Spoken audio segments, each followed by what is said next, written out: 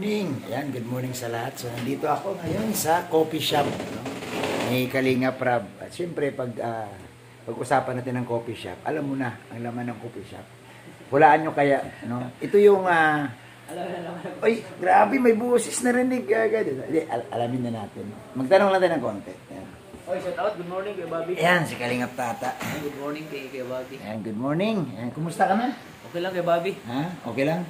Maganda yung tulog natin at magandang gising natin. Halatang maganda ang tulog at saka magandang gising. Kasi mo, ang ganda ng ano mo.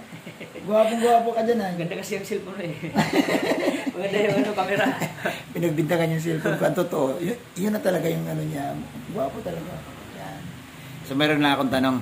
Meron akong tanong kay Tata. Anong tanong mo, Kuya Bobby? Yung ano, naalala mo yung ikaw ang kumanta doon sa... Ay, oo. Talagang sobrang saya ko na ako yung kumanta doon sa... Akalain mo... Di ko in-expect yun na... Ano ba ikwento mo? Ano ba nangyari? Ba't kaya sinabihan ka ba ng maaga? O sinabihan ako ni Dodong. Ni Dodong Ruel. Sabi na, ikaw yung kakanta sa Ibo ni Rochelle. Yes, sa Dimsum nila. Kasi ikaw yung kumanta doon sa Rochelle. Oo. So kailangan ikaw yung kumanta Itanong ko nga pala, ano yung pakiramdam mo pag yung babalik tanaw tayo doon sa ikaw yung kumakanta nung panahon ni Roel at Rochelle na binablog ni Kalinga Prab na minsan napunit pa yung... talon. Minsan nahulog pa ko doon sa... Kaya nga, sa tulay ba yun? Doon sa Tigre. Sa Tigre, oo. Nahulog ako doon habang kumanta ako, grabe. Hindi ko makalimutan yun. Memorable experience. Memorable moment na nung kasagsagan ng ano talaga. Kaya naman natanong ko ngayon, kasi nung nabasa ko sa comment section sa mga vlog ni Kalinga Prab, ni Roel, ang daming natutuwa that ikaw daw ang kumanta nung Honey My Love So Sweet. Gusto ko malaman, ano ang naramdaman mo dahil sobrang positive, sobrang maraming natuwa ng mga viewers. Yung iba nagtatampo sa'yo, nawala na yung tampo nila. Sige nga, ikaw magsabi. Masaya ako dahil naano sila sa kanta ko. Natuwa talaga sila, na-appreciate, no? Natuwa sila kasi parang nabuo talaga yung ano namin.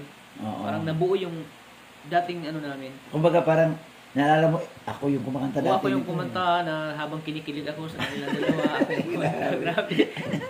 Parang trademark na sa akin yun eh. Oo, yung kanta na yun. Yung kanta na yun, kaya masaya ako dahil isa ako sa napili ni Dudong na kumanta doon kasi tayo ang talagang original na kumanta doon sa team na Rochelle.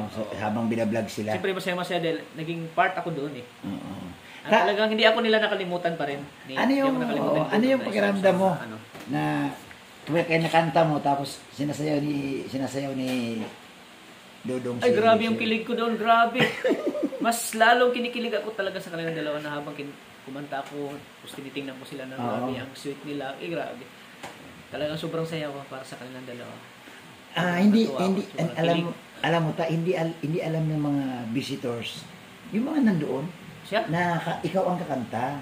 Ay, hindi nila alam? Hindi nila alam. Surprise. Kasi, hindi man nila napansin na nandoon ka eh. Hindi ka nila nakita eh.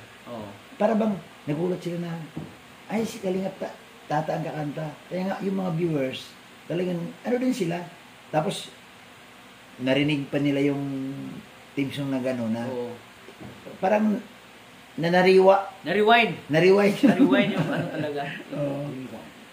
Yung ano talaga kasi yun talaga ang pinaka nagtatak sa mga totoo. Sa mga viewers. At saka kung maalala mo unang love team ni Kalinga Prab. Pinakaunang love team na grabe yung kilig ng mga viewers, grabe yung todo support nila sa Rochelle. Sa Rochelle talaga, Sobrang saya ko po na di ko inaasahan na kukunin isa ako sa papakantahin ni Dodong ng Honey My Love So Sweet. Kaya sobrang saya ko po sa kanilang dalawa ni Rochelle at Dodong. Kaya congratulations. Dahil confirm na sila na talaga. Yun. Masaya ako sa kanilang dalawa. Message mo naman doon sa mga viewers na nagkaroon ng konting tampo sa'yo. Pero ngayon, nung kumanta ka, nawala lahat yung sama ng loob, nawala yung tampo. Sa mga viewers na nagtampo sa akin, mahal na mahal ko kayo. Yung kantang yung Honey My Love So Sweet, para sa inyo talaga yun. Habang kinakanta ko yung kanta na yun, talagang andun yung kilig nyo. Kaya yung kantang yun ay para po sa inyo. At maraming salamat. At dahil yun nga ay napasaya ko kayo sa kanta ko. At siyempre sa Rochelle. At kaming tatlo doon ay talagang nagsama kami. Kasi kaming tatlo doon talaga yung sa teleserye. Yes, Rochelle. totoo yan. Pinagsama kami ni Kalinga Prab. Pinagsama kami pinasama ko ni Dodong para muling ibalik yung nakatatak sa isipan nyo. Yung Ayun. Rochelle. Yung love team. Yan. So, dahil nga dyan, personal message mo una kay Rochelle. And kay Rochelle, congratulations dahil Kay Rochelle. dahil isa ko sa napili mo kumanta. At sana ay marami ka pang blessings na darating sa buhay mo.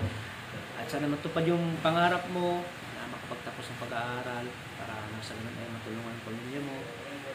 Sana lagi kang masaya sa mga ginagawa mo. Stay focus lang. At stay humble. Sana huwag kang magbago. Kung ano yung kilala ko sa'yo. Sana ganun ka rin. At sana huwag mong kalimutan lagi ang Panginoon sa mga pangarap mo. Kay Dodong Ruel naman, message mo. Siyempre kay Dodong yung pagkakaibigan namin ay hindi pa rin mawala kasi mga taga Mindanao kayo. Bisaya kami. Kung ano man ang namin.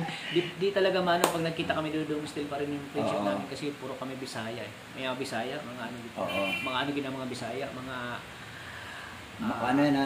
nagkakaunawaan yan. Nagkakaunawaan talaga yung mga Bisaya.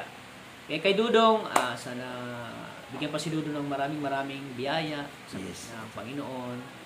At bilib ako kay Dodong dahil talagang hindi niya pinabayaan yung pamilya na parang si Dodong yung naging tulay. Na matulungan niya yung pamilya na siyempre siya yung papaaral sa kanyang mga kapatid. Totoo. Sa balita ngayon, dito natitira yung mga magulang ni Dodong. Oo. Kasi yung sa Manalag, bakasyon lang. Kasi dito talaga yung nila Dodong. Ni Dodong dito talaga sa Daet. Kasi masarap din manirahan dito sa Daet. Dito yung swerte mo. Dito ang hanap buhay na talagang sa buhay. Makaka-raos-raos. Kaya hanga-hanga ako kay Dodong, napakabait ni Dodong. Talagang wala akong masabi. Yan. Talagang siya yung inaasahan talaga ng pamilya na. Yun. Napakabait. Sana hindi siya magbago. Nandito lang si Kalingap Tata, mahal ko yan si Dodong. Kung sakali, may pagkakataon na pakantahin ka ulit, kakanta ka. Oo, siyempre kakanta. Lalo na pagdating ng kasal nila. Uy! Ay, grabe yun, Kuya Bobby. Mas lalong, grabe yun. Mas lalong kikilig kasi kasal yun eh. Kasal na yun eh. Ay, isang karangalan po na mapakanta tayo ulit ng ni Dodong at ni Rochelle. Ako kasi malakas ang loob ko na ikaw pa rin. Kasi ikaw nagsimula eh. Oo, siyempre. Isang karangalan ko, Kuya Bobby, na isa tayo sa pakantahin sa kasal. Sa kasal ni Dodong at ni Rochelle. Yan. Pwede, ganito na lang. I-offer mo na sarili mo kay Dodong at Rochelle na kung sakali, willing ka pa rin kumanta. Para naman marinig din. Oo, siyempre naman. Sabihin mo siya. Ayan, sana po, Dong. Sa kasal ninyo. Rochelle, sana sa kasal niyo ako pa rin yung kakanta ng Honey, My Love, So Sweet. Ay, grabe. Kinikilig ako. Grabe. Ewan ko lang kung kinikilig ka ba, bro? Bakit? Sobra po ako kinikilig po. Okay. Nanginginig ka. Siguro mga ilang taon pa yata.